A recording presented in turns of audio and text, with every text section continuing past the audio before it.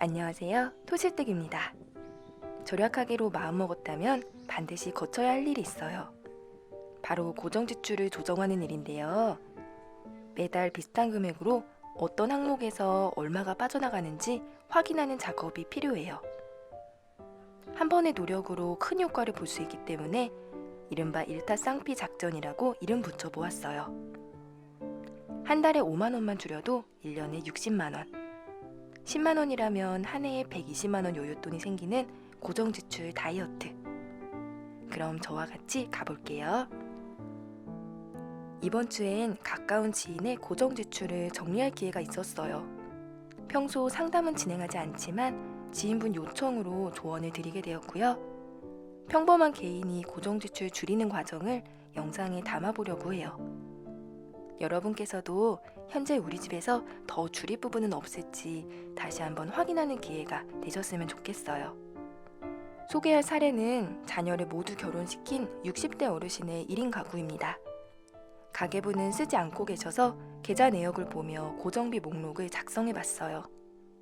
대출 상환 33만 원, 건강보험료 13만 원, 전기요금 월 평균 8만 원, 수도요금 2만 원, 휴대폰과 TV 인터넷 비용을 총합 12만 원이나 내고 계셨어요.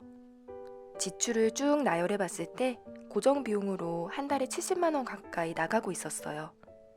월 수입이 150만 원 정도 되었지만 고정 지출 비율이 워낙 높다 보니 정작 용돈으론 자유롭게 사용하지 못하는 상황이었어요. 우선 대출 상환 비용은 금액 자체가 큰 건 아니었는데요. 제2금융에서 6% 금리로 이자를 내고 계셨어요. 요즘 금리가 저렴한 편인데 같은 은행에서 금리를 낮추거나 다른 은행 상품으로 갈아탈 수 있는지 알아보기로 했어요. 대출 받을 땐 담당자에게 어떤 방법으로 금리를 낮출 수 있는지 꼭 확인해야 합니다. 먼저 요구하지 않으면 그냥 넘어가기도 하거든요. 대출 같은 경우 1금융에서 받는 게 금리가 낮고 안전해요. 0.5% 금리에도 이자가 크게 달라지는 만큼 적극적으로 금리를 낮추는 자세가 필요합니다. 두 번째로 전기나 수도요금처럼 일상에서 발생하는 비용이 있어요. 3인 가구인 저희 집과 비교해 지나치게 많은 요금이 나오고 있었어요. 이 부분이 조정이 필요하다는 걸 말씀드렸어요. 1인 가구에서 이렇게 비용이 청구되는 게 의아해서 혹시 다른 집 비용이 함께 청구되거나 전기가 새고 있는 건 아닌지 확인이 필요했어요. 특히 겨울철 전기요금이 높았는데요. 특정 난방기구 사용이 원인일 수도 있다는 생각이 들었어요. 다른 난방을 활용하거나 에너지 효율이 높은 제품으로 바꾸는 걸 권유드렸어요. 마지막으로 통신비. 이 부분 정리하면서 개인적으론 업체에도 너무 화가 났어요. 연세가 많다 보니 내용을 제대로 알지 못하고 가입한 경우가 있었어요. 중간에 약정을 깨기가 어려운 상황이었고요. 굳이 유지할 필요가 없는 서비스였지만 당장 해지했을 때 위약금이 크게 발생했어요. 쓸데없는 고정비를 훨씬 줄일 수 있음에도 불구하고 일정 기간 유지할 수밖에 없는 현실이었습니다. 휴대폰 비용은 60대 어른으로선 상당히 높은 6만 원대 요금제를 사용하고 계셨어요. 할인된 금액으로 매달 4만 원 정도 내고 있었고요. 통신비와 결합된 요금제였고 업무 특성상 데이터 사용량이 많아 일단은 요금제를 유지하는 게 낫다고 판단했어요. 인터넷 비용은 데이터 무제한 요금제를 쓰고 있기 때문에 없앨 수 있을지 고객센터와 상담을 했는데요. 약정 기간이 1년 이상 남았고 지금 해지할 경우 위약금이 50만 원대로 발생한다고 해서 일단은 TV 채널을 줄여 요금을 1만 원 정도 아끼기로 했어요.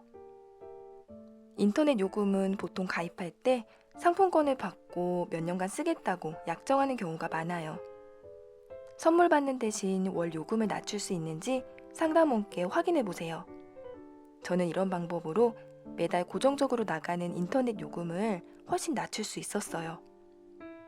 재약정할 때에도 마찬가지입니다. 항상 잘 알아보고 상대방과 협상하는 자세가 필요해요. 이 외에도 매월 휴대폰 기계값을 33,000원씩 내는 상황이었어요.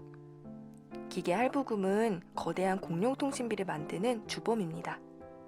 처음에 최신용으로 해준다는 이야기만 듣고 100만 원 휴대폰비가 매월 할부로 자동 결제되고 있었어요. 기계 자체 비용이 아직도 반이나 남은 상황이었고요. 잘 알아보지 못한 상태에서 내린 결정으로 아까운 금액이 매달 빠져나가고 있었습니다. 저는 현재 알뜰폰 요금제로 매달 4,000원대 비용을 내고 있어요.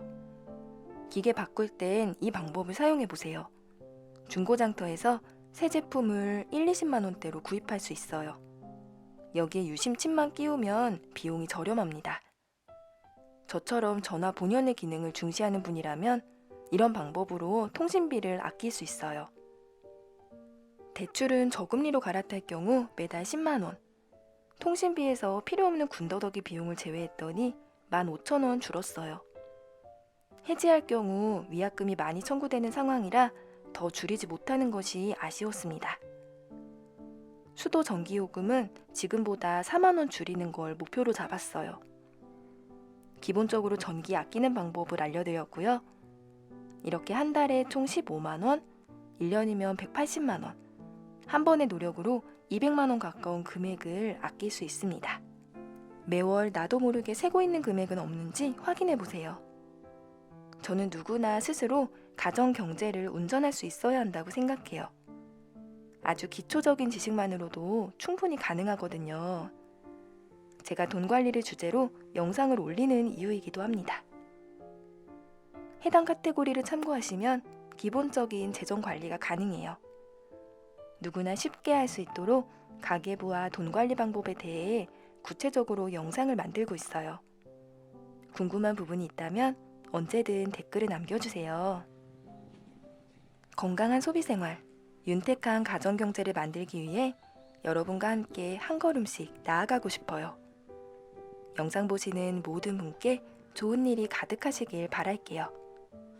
한 주도 건강히 보내시고요. 구독, 좋아요 부탁드릴게요.